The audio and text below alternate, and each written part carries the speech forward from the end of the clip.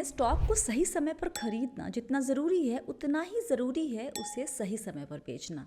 ये क्या? स्वाति आज डायरेक्ट स्टॉक निवेश पर बात कर रही है। हम आमतौर पर डायरेक्ट स्टॉक पर बात नहीं करते हैं, उसकी वजह बहुत सारी है, लेकिन आज इस टॉपिक पर बात करने के लिए एक वजह है। आप में से कई लोग म्यूचुअल फंड के साथ साथ डायरेक्ट इक्विटी में भी निवेश करते हैं और हमें उनके बारे में भी बात करनी चाहिए।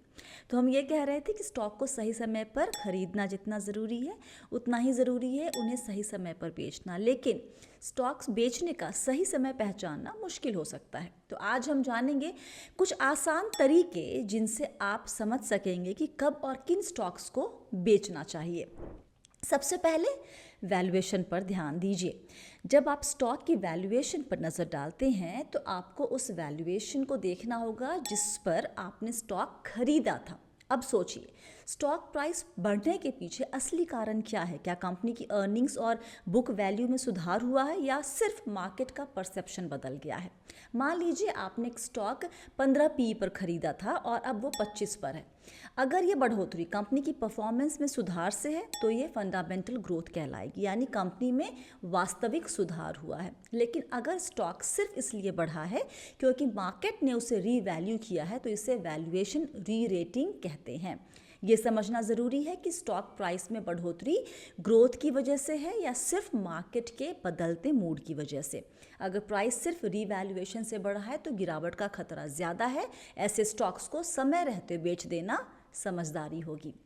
उदाहरण, मान लीजिए आपके पास एक एफएमसीजी कंपनी का स्टॉक है। जब आपने उसे खरीदा तब उसका पी 20 था और अब ये ट्रेड कर रहा है 35 पर, लेकिन कंपनी की कमाई में कोई बड़ा बदलाव नहीं हुआ है। इस केस में प्राइस मार्केट की रीवैल्यूएशन की वजह से बढ़ा है, इसलिए इसे बेचने पर विचार किया जा सकता है। इसलिए जब आप अपने सेल कैंडिडेट्स चुन रहे हो तो ये देखना ज़रूरी है कि प्राइस में कितना हिस्सा असल ग्रोथ से आया है और कितना मार्केट की बढ़ती रेटिंग की वजह से।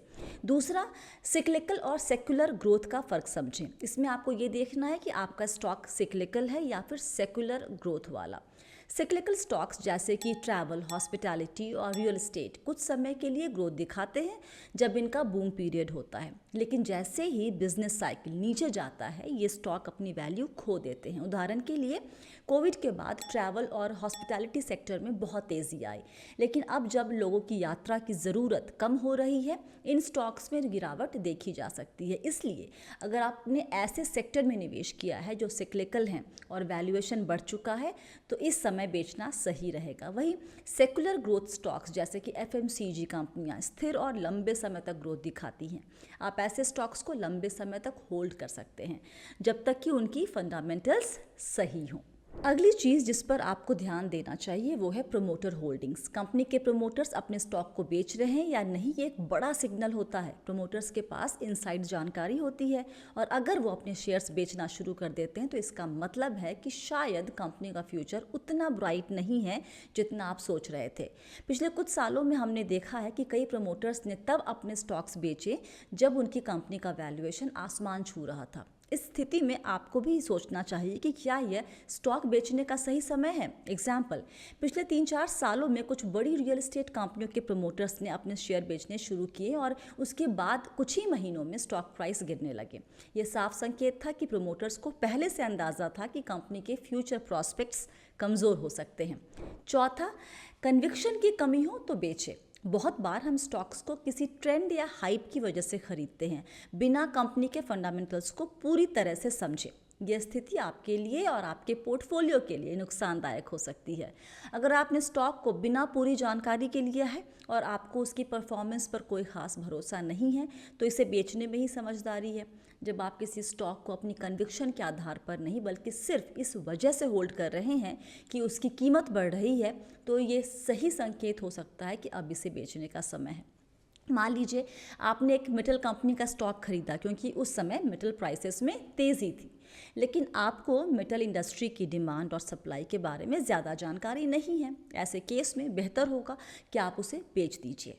अंत में एक और संकेत हो सकता है कि आपको अपना स्टॉक कब बेचना चाहिए, वो है कंपनी का ओनरशिप स्ट्रक्चर। अगर किसी कंपनी में ज़्यादा रिटेल इन्वेस्टर्स हैं और कम इंस्टीट्यूशनल इन्वेस्टर्स हैं तो ऐसे स्टॉक्स में ज़्यादा वोलेटिलिटी देखने को मिल सकती है।